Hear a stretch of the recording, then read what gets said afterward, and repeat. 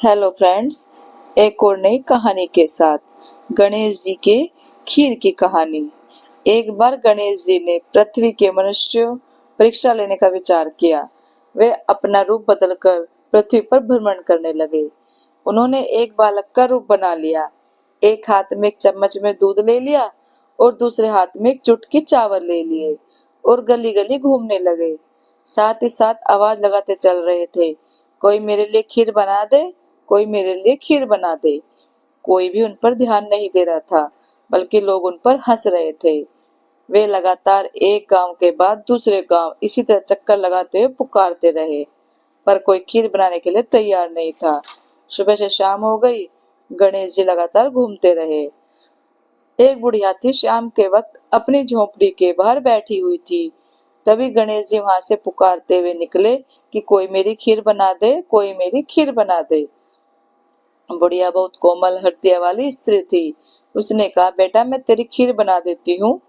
गणेश जी ने कहा, माई अपने घर में से दूध और चावल लेने के लिए बर्तन ले आओ। बुढ़िया एक कटोरी लेकर झोपड़ी बाहर आई तो गणेश जी ने कहा, अपने घर का सबसे बड़ा बर्तन लेकर आओ। बुढ़िया को थोड़ी झुंझलाहट हुई और उसने कहा, चलो बच्चे का मन रख लेती हूँ। और अंदर जाकर वह अपना घर सबसे बड़ा पतीला लेकर बाहर आई। गणेश जी ने चम्मच में से दूध पतीले में उड़ेलना शुरू किया। तब बुढ़िया के आश्चर्य की सीमा न रही जब उसने देखा दूध से पूरा पतीला भर गया है। एक के बाद एक वह बर्तन झोपड़ी बाहर लाती गई और उसमें गणेश जी दूध भरते चले गए। इस तरह से घर के सारे बर्तन दूध से लबालब भर गए। गणेश भगवान ने बुढ़िया से कहा, मैं स्नान करके आता हूँ, तब तक तुम खीर बना लो, मैं वापस आकर खाऊंगा। बुढ़िया ने पूछा, मैं इतनी सारी खीर का क्या करूंगी? इस पर गणपति जी बोले, सारे गांव को दावत दे दो। बुढ़िया ने बड़े प्यार से मन लगाकर खीर बनाई। खीर की भीनी भीनी मीठी मीठी खुशबू चारों दिशाओं में फैल गई।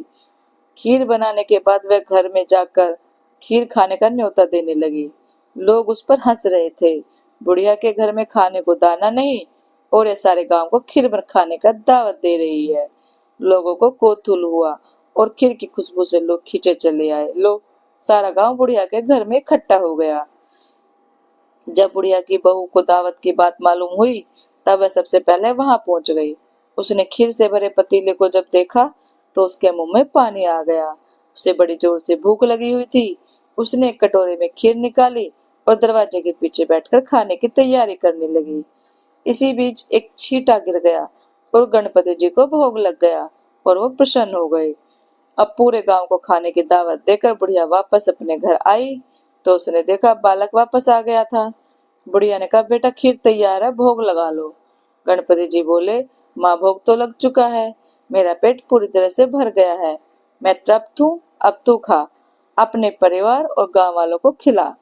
बुढ़िया ने कहा, यह तो बहुत ज्यादा है, सबका पेट भर जाएगा, उसके बाद भी यह बच जाएगी। उसी बची खीर का मैं क्या करूंगी? इस पर गणेश जी बोले, उस बची खीर को रात में अपने घर के चारों कोनों में रख देना। और बुढ़िया ने ऐसा ही किया। जब सारा गांव जी भरकर खा चुका, तब भी ढेर सारी खीर बच गई।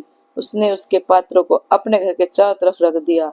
सुबह उसने उठकर क्या देखा? पतीलों में खीर के स्थान पर हीरे, जवाहरात और मोती भर गए हैं। वह बहुत खुश हुई। उसकी सारी दरिद्रता दूर हो गई और वह आराम से रहने लगी। उसने गणपति जी का एक भव्य मंदिर बनवाया और साथ में एक बड़ा सा तालाब भी खुदवाया।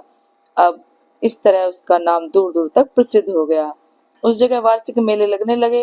लोग गणेश जी की कृपा प्राप्त करने के लिए उस स्थान पर पूजा करने और मान्यताएं मानने के लिए आने लगे। गणेश जी सबकी मनोकामना पूरी करने लगे। दोस्तों, आपको ये गणेश जी की कहानी कैसी लगी?